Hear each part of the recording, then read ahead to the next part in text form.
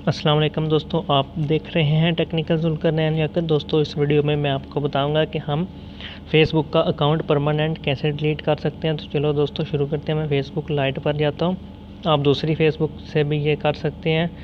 इधर क्लिक करूंगा। इधर क्लिक करने के बाद मैं नीचे आऊँगा और मैं सेटिंग में जाऊँगा। सेटिंग में जाने के बाद मैं थोड़ा सा नीचे आऊँगा। ये लिखा हुआ है अकाउंट ओनरशिप एंड कंट्रोल, इस पर मैं क्लिक करूँगा। यहाँ क्लिक करने के बाद ये लिखा हुआ है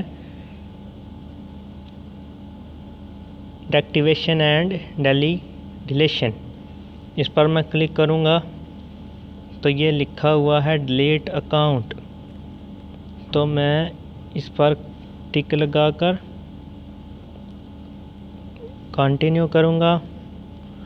उसके बाद मैं डिलीट अकाउंट पर क्लिक करूँगा, पासवर्ड लगाऊँगा और कन्फर्म करूँगा तो मेरा अकाउंट पक्का डिलीट हो जाएगा। तो दोस्तों, इस तरीके से आप अपना अकाउंट डिलीट कर सकते हैं। मैंने आपको पासवर्ड लगाकर ये अकाउंट भी डिलीट करके बता देना था, लेकिन मैं नहीं बता सकता क्योंकि मेरी भी आईडी यहाँ से ख़त्म हो जानी थी, इसलिए फ़ायदा नहीं है।